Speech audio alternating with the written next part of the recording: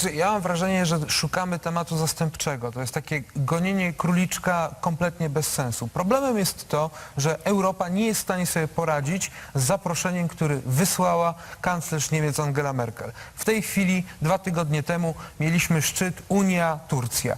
I jaki jest rezultat tego? Że część imigrantów trafi, oczywiście w cudzysłowie, uchodźców, trafi do Turcji. Jednocześnie od 1 czerwca likwidowany jest obowiązek wizowy dla obywateli tureckich, osób, które posiadają paszport turecki i będą swobodnie mogli, 80 milionów Turków swobodnie będzie mogło dostać się do Europy.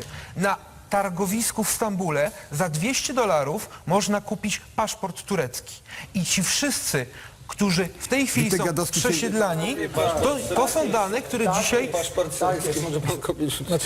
Ale paszport syryjski po co mi jest potrzebny? Turecki pozwala bezwizowo dostać się do Unii Europejskiej. I to jest głupiego robota.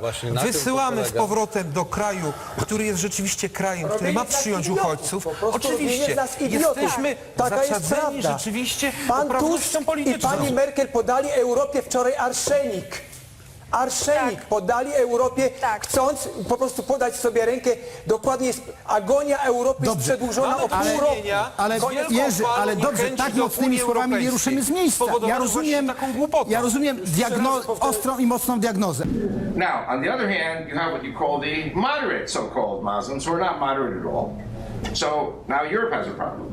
What does Europe do? It's 350 million. Europe is 50 million Muslims, 300 million non-Muslims. I don't want to say Christians because, you know, the status of Christianity in Europe is pretty bad. Okay. Muslims are buying out all the churches with Droll closing down. There is a country called Turkey.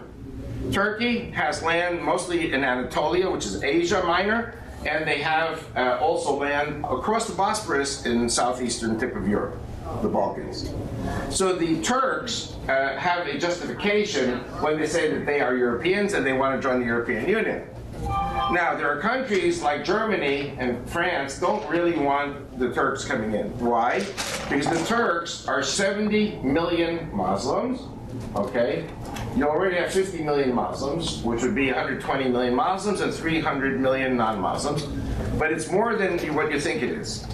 Because you have 200 million former Soviet citizens in the stands. Remember Kazakhstan, Uzbekistan, Tajikistan, Kyrgyzstan, Azerbaijan?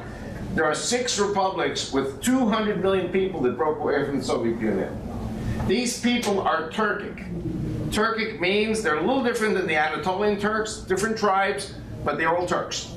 According to the Turkish government, any Turk from the former Soviet Union can now move to Turkey and get a Turkish passport. Just as Jews can go to Israel, land at Ben Gurion Airport, and immediately get an Israeli passport. The Turks have the same law. If you go into Turkish government buildings in Ankara or Istanbul, and you look at a map of the world, you're going to see many, many countries colored in red, like the Turkish flag, which are not Turkey. That includes the 6 former Soviet republics. It includes all of the lands that the Turks conquered over the last 1,000 years. That's why I think this is also a very important teaching for those who are interested. Turkey at the crossroads. Turkey, I don't know if you know this, controls also 1/6 of communist China. And Saudi Arabia is paying the terrorists who are freedom fighters in Western China to fight against the Chinese, break away against the Chinese.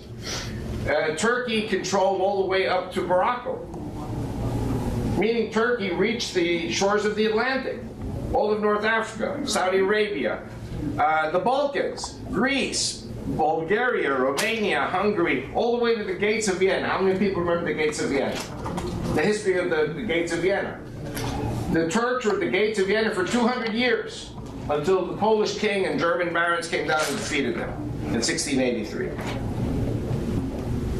So the Turks want to join the European Union. The total now is 270 million Turks. Who supports this? Obama.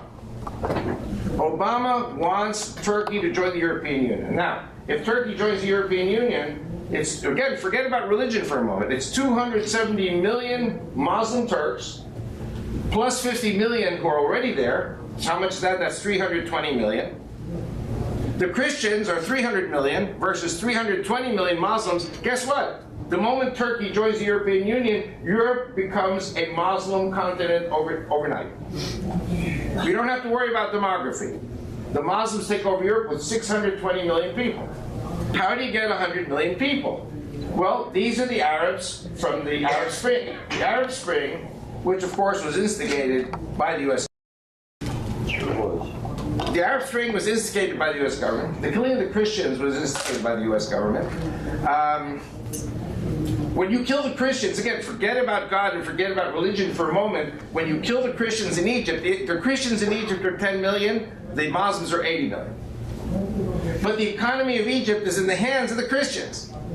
If you kill the Christians, you destroy the economy. If you destroy the economy, the Muslims starve. Okay, the Muslims starve, what do? They leave. Where do they go? America. And by the way, in case you don't really believe me that Obama's a Muslim, let me assure you that everyone in the Middle East, especially the Muslims, know that President Obama's a Muslim. And that he's going to welcome the Muslims into the United States. Okay. So the U.S. Economy needs 100 million people. Egypt is 90 million. That's 10 million Christians. The country's going to collapse. It's only a question of time.